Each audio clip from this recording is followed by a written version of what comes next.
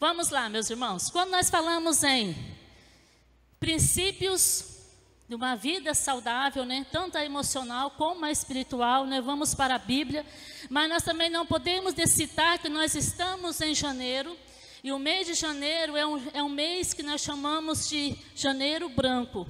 Por quê? É o mês em que nós falamos sobre transtornos mentais, onde nós falamos sobre o cuidado da mente, que nós precisamos cuidar da nossa mente. E cuidar da nossa mente não é uma invenção da psicologia, não é uma invenção da psiquiatria, não é uma invenção da mídia. Cuidar da nossa mente está na palavra de Deus. Quando nós vamos para a palavra de Deus, nós vamos encontrar vários textos que nos convocam a cuidar da nossa mente. Para que nós tenhamos uma vida saudável, a nossa vida espiritual, nossa vida emocional, seja uma vida saudável. Então, nós estaremos falando sobre alguns princípios. Eu só quero trabalhar aqui com vocês 3 princípios. Porque se a gente for falar muito, a gente esquece, né? Então, vamos falar só sobre 3 princípios. E eu quero convidar você a abrir a sua Bíblia lá no livro de Provérbios, no capítulo 4, no versículo 23. Acho que vai jogar ali no telão também, né?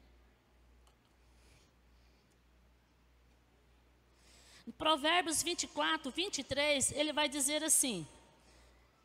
Deixa eu ler na tradução, a mais antiga.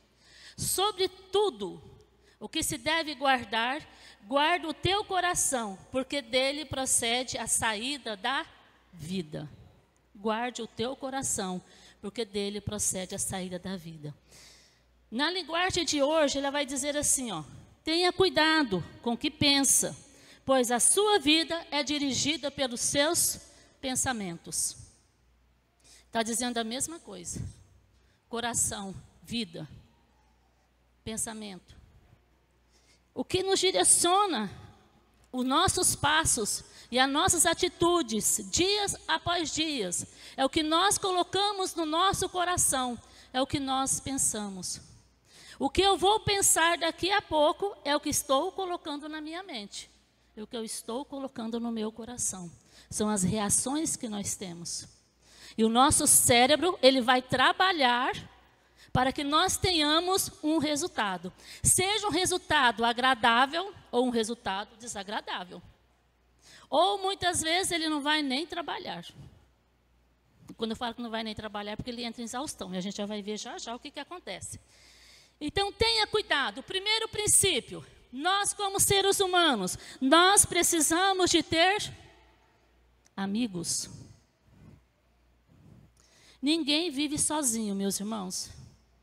Nós não fomos criados para vivermos sozinhos. E quando eu falo em amigos, é aquele amigo que vai ajudar você naquele momento que você vai precisar de sair de uma crise. Seja ela de depressão, seja ela espiritual, seja ela de ansiedade. Porque os remédios, a psicoterapia, elas irão ajudar, mas um amigo também ajuda. Eu não estou aqui falando que Deus não vai ajudar, Deus vai ajudar. Nós já vamos falar sobre isso. Então, convido você a abrir a sua Bíblia lá em 2 Timóteo 4, 9.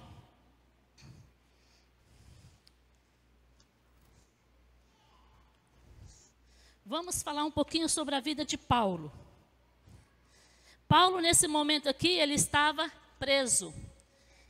Nesse momento não, ele foi preso e não saiu mais da prisão depois daqui, né? Quando ele escreveu essa carta a Timóteo, ele estava preso, ele já havia sido condenado, ele ia ser decapitado, ele já estava condenado à morte. E ele estava vivendo na masmorra, numa miséria de vida, de ser humano mesmo. E aqui ele escreve essa carta a Timóteo, e ele diz assim a Timóteo, lá no capítulo 9, procure vir logo ao meu encontro. Por que Paulo escreveu isso para Timóteo? Procura vir logo ao meu encontro. Porque Paulo estava precisando de um amigo. Paulo estava no seu momento de angústia. Naquele momento em que ele sabia o que ia acontecer com ele. Ele estava ciente disso. Mas ele precisava de um amigo naquele momento. Então ele pede a Timóteo, venha ter logo comigo, venha depressa. Aqui ele deixa bem claro que nós temos uma necessidade de ter amigos em nossa volta. E aqui eu falo para você, não é amigo de Facebook, não é amigo de redes sociais, é amigo que senta com você, que estimule a sua fé, que estimule você a ter paz, que estimule você a ter vida espiritual, que estimule você a sair de uma crise depressiva, que estimule você a sair de uma crise de ansiedade. Quando nós não temos amigos, nós ficamos nas nossas angústias e nós vamos para as redes sociais. E nós achamos que aqueles amigos, amigas, vão nos ajudar, mas elas não podem nos ajudar porque elas não estão olhando nos nossos olhos. O que faz a diferença é olho no olho. Temos que ter amigos. Se você não tem amigos na igreja, precisamos ter. Não podemos deixar aqueles pensamentos errados entrar na nossa cabeça. Eu não preciso de amigos, eu não preciso de igreja, eu não preciso de família, eu não preciso de ninguém, é só eu e Deus. Vai ser você e os remédios. Nós precisamos de ter amigos. Amigos que nos ajudem a caminhar na nossa vida cristã e amigos que nos ajudem no momento que nós estivermos em crises emocionais. Por que a Bíblia fala que nós devemos conversar, confessar uns aos outros? Não é só os pecados, é a nossa vida. Não é fazer fofoca, mas nós precisamos de ter amigos. O homem, ele foi criado para ter amigos, por isso que ele não ficou sozinho no Éden. Por isso que Deus já deu desafio para Adão, deu logo para ele uma mulher. Desafio de Adão. Porque ele não podia ficar só. Quando nós lemos o livrinho do Pequeno Príncipe, quem já leu a história do Pequeno Príncipe? Gente, vamos ler o Pequeno Príncipe? Oh, vamos ler o Pequeno Príncipe. O Pequeno Príncipe tem um momento em que o Pequeno Príncipe ele encontra com uma raposa, e eu acho o mais fantástico do livro, é esse momento que ele se encontra com a raposa. Porque ele encontra com a raposa, mas a raposa, eles têm ali umas diferenças entre os dois, porque é uma raposa e ele é um príncipe, né? Só que aí a raposa começa a falar para ele sobre a amizade. O que é a amizade? E o livro, e a raposa fala assim para o Pequeno Príncipe: tu me cativas, se torna responsáveis pelo que tu cativas em minha vida. Teremos necessidade um do outro. Serás para mim um único no mundo, e sereis para ti o único no mundo. Essa é uma amizade verdadeira. É aquela amizade que você, em segredo, você detona o seu amigo. Você pega o seu amigo e fala, você está errado. Não é assim as coisas. Você não deve fazer desse jeito. Mas quando você está com seu amigo em público e alguém ofende o teu amigo, fala alguma coisa contra o seu amigo, você levanta e vai defender o teu amigo. Porque ele é teu amigo. E o único que pode falar mal do amigo é o amigo. É igual família. O único que pode falar mal da família é quem é da família. Quem não é da família não pode falar mal. Pelo menos a minha família é assim. A gente fala mal um do outro, mas é só a gente que podemos falar. Ninguém pode falar mal. Assim são as amizades verdadeiras. Então, nós somos responsáveis por aquilo que nós cativamos. Então, se você cativa uma amizade, você vai ter esse amigo a qualquer momento que você precisar. Naquele momento de angústia, porque nós teremos momentos de angústia no mundo. Nós teremos Deus que estará ali, mas nós também precisamos de um amigo. Gente precisa de gente, mas gente precisa de Deus também. Não estou aqui falando que nós não precisamos de Deus, que nós somos autossuficientes, não. Eu estou falando que nós precisamos de ter amigos. Amigos presencial, amigo que eu possa olhar no olho. Porque ninguém foi criado para viver só. Então, o primeiro princípio, precisamos de ter amigos. O segundo princípio, precisamos saber perdoar. Ah, meus irmãos, como a falta de perdão destrói a vida do ser humano. como a falta de perdão, ela destrói sentimentos, ela gera ansiedade, gera depressão, faz com que a pessoa fique refém daquela outra pessoa, e muitas vezes a outra pessoa nem sabe que ela está refém daquela situação, nem sabe o que está acontecendo, e a pessoa está alimentando aquele ódio por aquela outra pessoa, e passa anos, e ele vem anos, e vai anos, e vai anos, passa 20 anos, 30 anos odiando aquela pessoa. Deixa de viver uma plenitude no Espírito Santo, deixa de viver uma vida emocional equilibrada, porque não consegue liberar o perdão para a outra pessoa. Precisamos aprender a perdoar. Precisamos aprender que as pessoas erram, e nós também erramos com as pessoas. Nós não somos perfeitos. Nós não somos perfeitos. As pessoas vão decepcionar a gente também vai decepcionar as pessoas. Mas eu não posso pegar aquela decepção, jogar nas minhas costas e fazer daquilo ali um fardo na minha vida e carregar pelo resto da minha vida, fazendo com que eu deixe de ter uma vida emocional e uma vida espiritual saudável diante de Deus. 2 Timóteo 4:11. Paulo está escrevendo a sua carta, e ali ele fala para Timóteo: traga Marcos com você, pois ele é útil no ministério. Por que Paulo está pedindo para trazer Marcos, para ele ver Marcos? Porque Paulo teve uma desavença com Marcos, com João Marcos.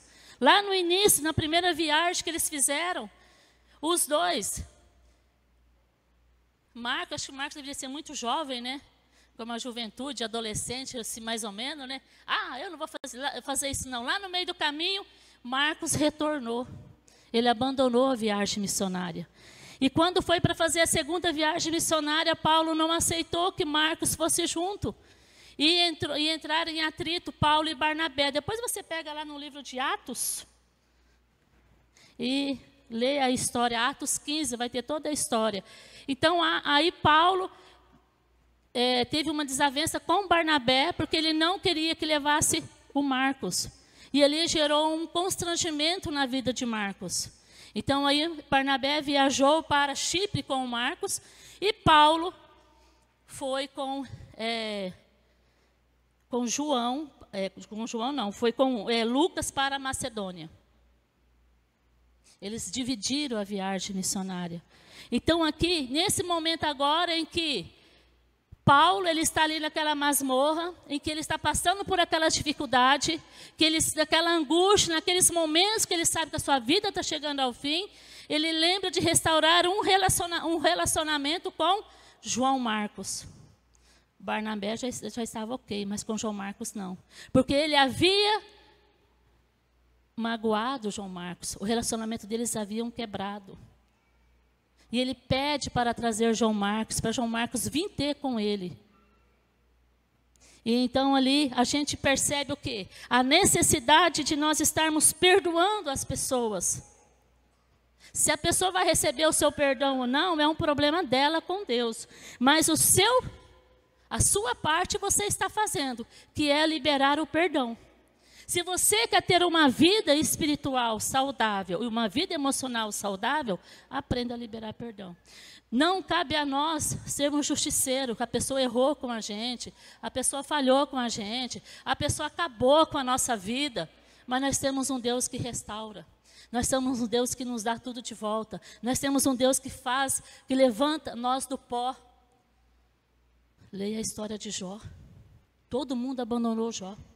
E Deus restituiu a vida de Jó. Por que Deus não vai restituir a nossa vida diante de uma dificuldade? Quando alguém nos humilha, quando alguém nos acaba com a nossa vida, Deus vai restaurar a nossa vida. Então nós temos que resolver aquilo que nós temos pendente. Tratar as feridas. Pedir perdão, ter a coragem de pedir perdão. Ter a coragem de perdoar também as pessoas que nos fizeram mal. Não deixe que isso atrapalhe você ter um relacionamento com Deus. Não deixe que isso atrapalhe você a ter um relacionamento com você mesmo, uma vida emocional. Isso cria muitos sentimentos negativos, porque quando você pensa na pessoa, você deseja tudo da pessoa, mesmo que a pessoa vive. Tudo de mal você quer que aconteça com a pessoa. Aí você vai me falar assim, não, eu não desejo nada de mal, nada, nada, nada, nada. Nada, nada, nada. Mas você não suporta a pessoa perto de você. Isso não estou falando de pessoas lá fora, não, é aqui dentro da igreja também. Às vezes nós temos os nossos coraçãozinhos, né? Vai enchendo de picuinha, né? Aprisco, ministério de sábado da alegria, é ministério de dança, é ministério de louvor, é ministério disso, aquilo, outro. Não, libera perdão para todo mundo e vai ser feliz, meu irmão. Vai ser feliz. Deixa Deus trabalhar na vida do outro e na sua vida também. Nós não precisamos carregar mais dificuldades na nossa vida do que aquilo que nós temos que carregar no nosso dia a dia. Por que iremos acumular mais fardos se nós já temos os nossos fardos do dia a dia? Ou a vida de vocês não tem fardo? É tranquila? A minha tem. Eu não acrescento mais nenhum. Nenhum mesmo, que eu não quero mais.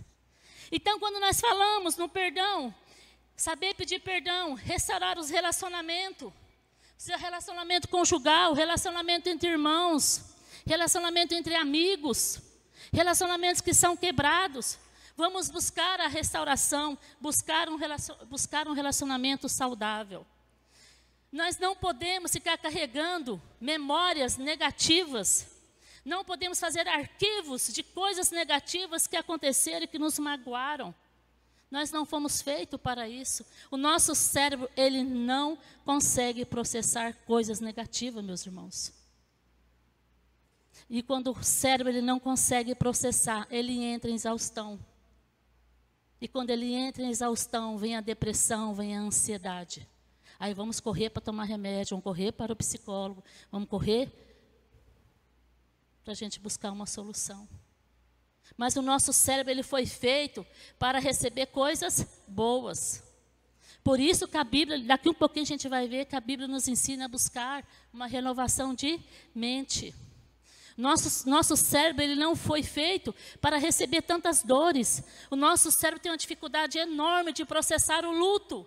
Seja o luto por morte, seja o luto por separação. Ele tem dificuldade de processar. Porque ele fica exausto, porque é muita dor.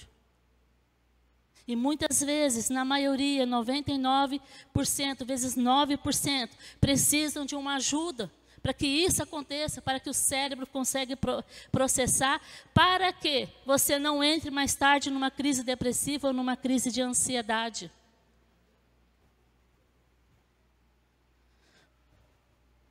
O nosso cérebro, ele gosta de coisas alegres. Então, não busque coisas tristes para o seu cérebro. Não busque. Busque coisas alegres. Isso não quer dizer que você não tem que lembrar do passado. Quando você lembrar do passado, lembre das coisas alegres. Eu, quando penso no meu falecido esposo, o pastor Roberto, eu procuro lembrar das coisas alegres, o que acontecia entre nós dois. Eu procuro lembrar dos momentos felizes que nós tivemos.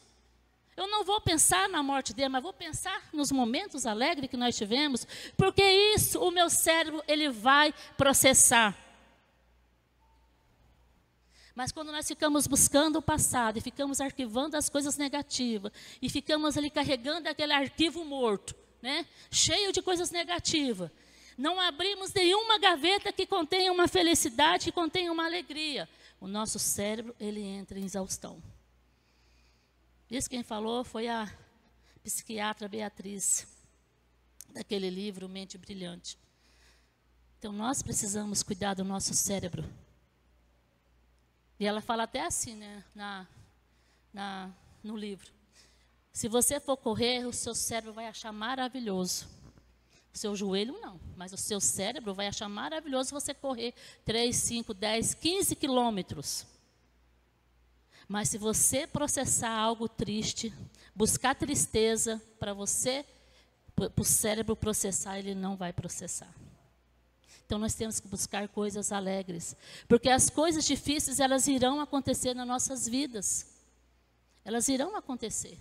As tristezas, momentos de angústias, eles irão acontecer na nossa vida, como aconteceu na vida de Paulo. Não igual o que aconteceu na vida de Paulo, mas nós também teremos as nossas angústias.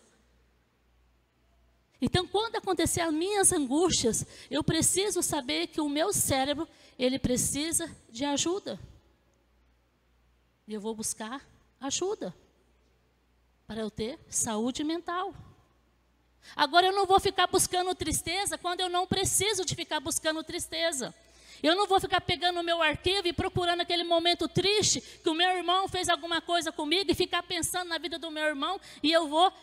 Não, eu vou mudar os meus pensamentos. Precisamos fazer isso. Por isso que liberar o perdão é tão importante na nossa vida emocional e espiritual. Nós não precisamos carregar esse fardo. Terceiro princípio, a Bíblia nos ensina a buscar uma renovação de mente. Ah, como eu gosto desse versículo, meus irmãos. Romanos. Como eu gosto desse versículo, Romanos 12, 2. Não vos conformeis com os padrões deste mundo, mas transformem-se pela renovação da sua mente, para que sejam capazes de experimentar e comprovar a boa, agradável e perfeita vontade de Deus. Meus irmãos, renovação de mente. Renovação de mente. Se queremos ter uma vida espiritual saudável, uma vida emocional saudável, precisamos renovar a nossa mente. E isso não é psicólogo, psiquiatra que está dizendo, não. Está na nossa Bíblia, lá em Romanos 12. Você pode ler o versículo 1, o versículo 2 e o versículo 3, que vai estar complementando tudo isso. A nossa renovação de mente, ela vem todos os dias. Todos os dias eu tenho que buscar essa renovação de mente, para que haja uma limpeza na minha mente, para que eu busque as coisas que são de cima. Mas como que eu posso fazer uma renovação de mente? Aí vem aquela palavrinha que fala muito ultimamente, né? Diabético e obeso, não gosto muito dessas palavras não, mas fazer o quê, né? Elas fazem parte do nosso cardápio, né? Hábitos. Precisamos mudar os nossos hábitos. Se eu quero ter renovação de mente, eu preciso mudar os meus hábitos. Eu preciso dar um passo para mudar os meus hábitos. Não adianta só eu ler o versículo e falar assim, quer renovar a renovação de mente, tá, então eu vou renovar a minha mente. Mas eu não faço nada para mudar a minha mente. Eu continuo com os mesmos hábitos. Eu continuo fazendo as mesmas coisas. É como a gente tratar de pessoas depressivas e com crise de ansiedade. A gente fala, precisa mudar algumas coisas. E a pessoa não muda. É como você pegar o seu carro e você vai dirigir, você não conhece uma rodovia. E uma rodovia tem uma curva. E chega ali, você bate o seu carro. Pronto. A primeira vez foi tranquilo. Não aconteceu nada. Aí você vai fazer a viagem novamente, você sabe que tem uma curva, mas você não presta atenção, você não muda, você não deixa de acelerar, você não presta atenção nas placas de sinalização, você vai bater o seu carro de novo, amassa o carro. Só amassou o carro, vamos levar para arrumar e pronto. Aí você vai fazer a terceira viagem na mesma estrada. O que acontece? Você não toma cuidado de novo. Você não muda o seu hábito da velocidade, você não muda aquele trajeto que é um trajeto perigoso e você bate de novo o seu carro. E aí fica sequelas. Esse é um exemplo do que a depressão e a ansiedade faz na nossa vida quando nós não mudamos os nossos hábitos. E o que a nossa vida espiritual também, o que acontece com a nossa vida espiritual quando nós também não mudamos o nosso hábito. Então não adianta eu ler o versículo que está falando para que eu renove a minha mente se eu não mudar os hábitos. Agora a gente vai fazer regime. Tem que mudar os hábitos. Ah, meu Deus.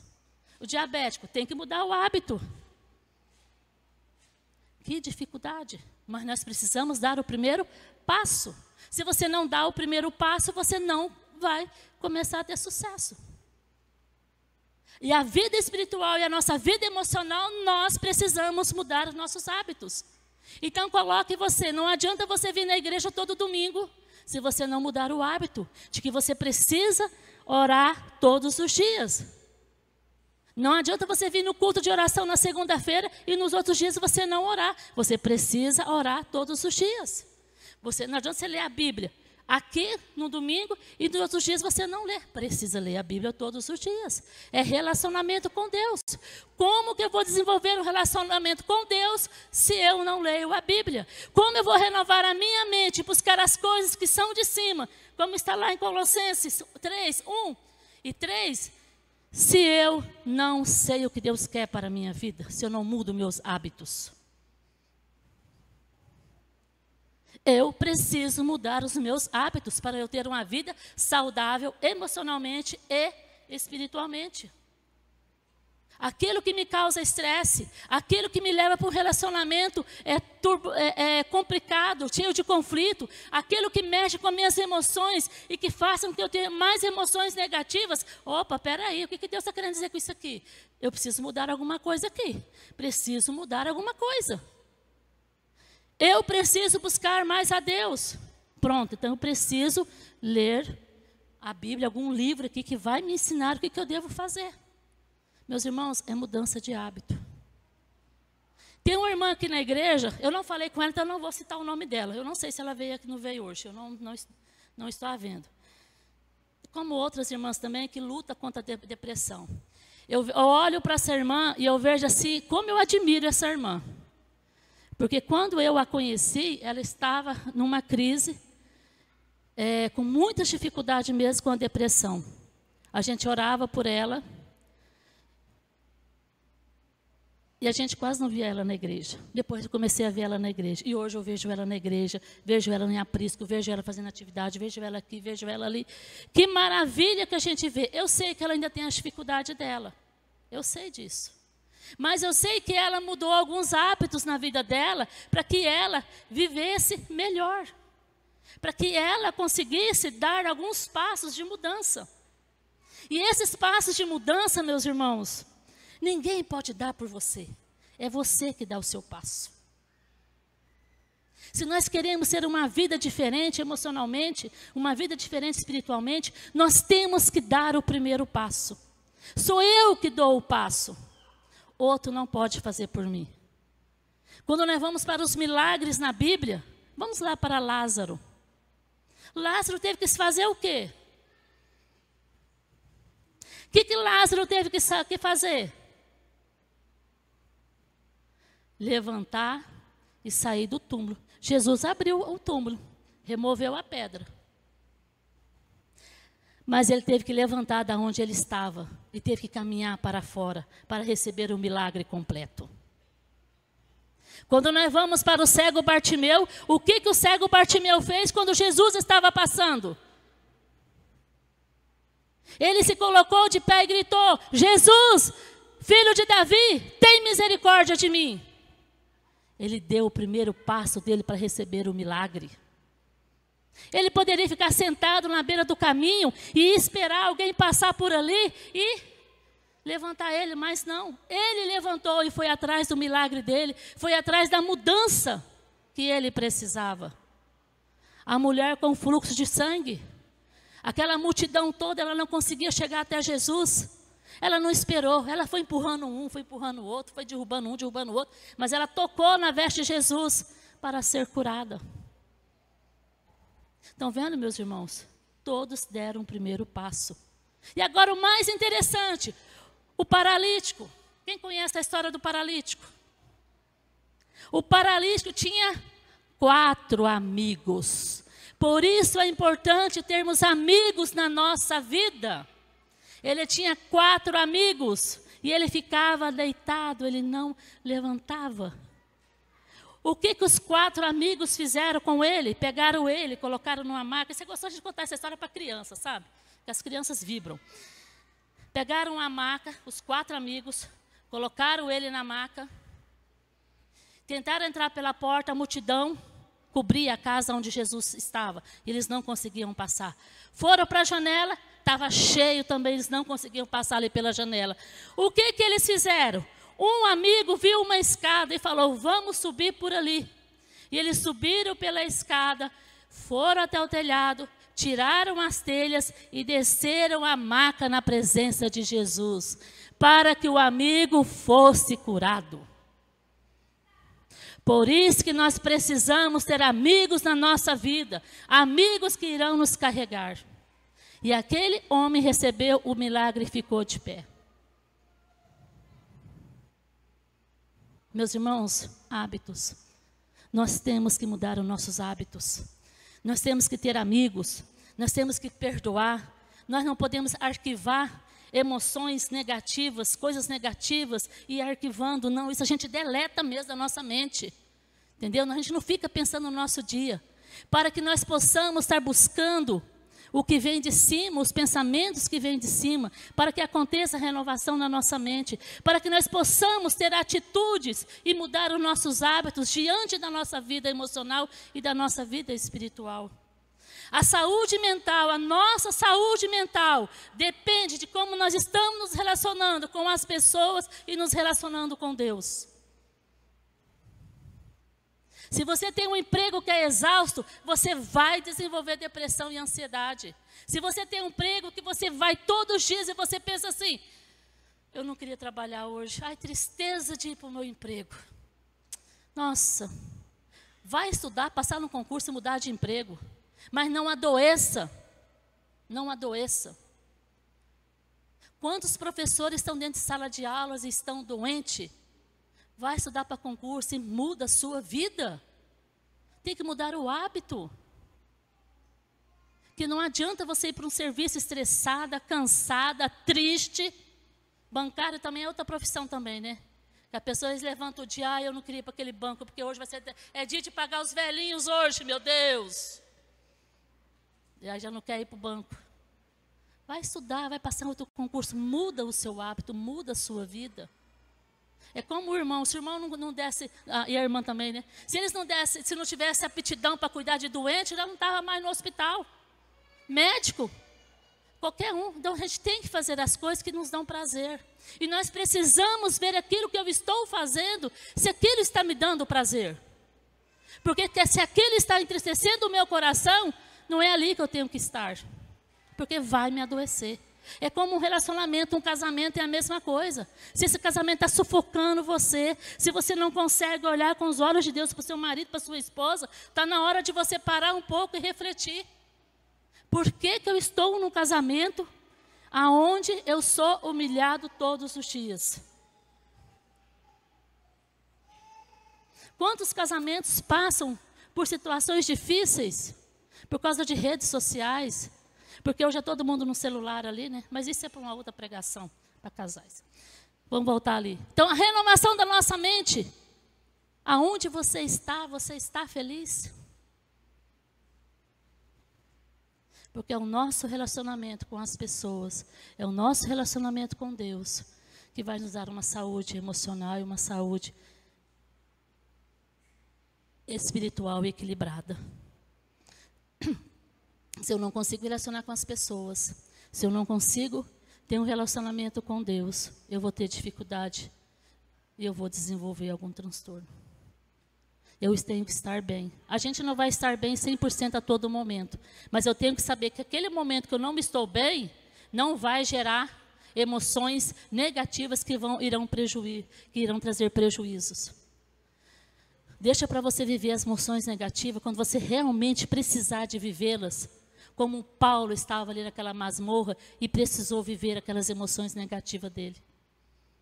Porque às vezes a gente adoece, às vezes a gente passa por percas, a gente perde o emprego, às vezes acontecem coisas tristes na nossa vida que a gente vai ter que processar. Então vamos deixar para esses momentos difíceis, para a gente ficar triste. Aí a gente busca ter saúde mental nesses momentos, se apega com o melhor amigo, se apega com Deus. E se não resolver, vamos apegar com a psicóloga. Aqui na igreja tem um monte de psicólogo agora, né? Graças a Deus, né? Nayara está ali, ó, né? Tem uma outra também, que eu vejo os posts dela. Eu não estou lembrando o nome dela, mas tem mais psicólogo aqui dentro. Então,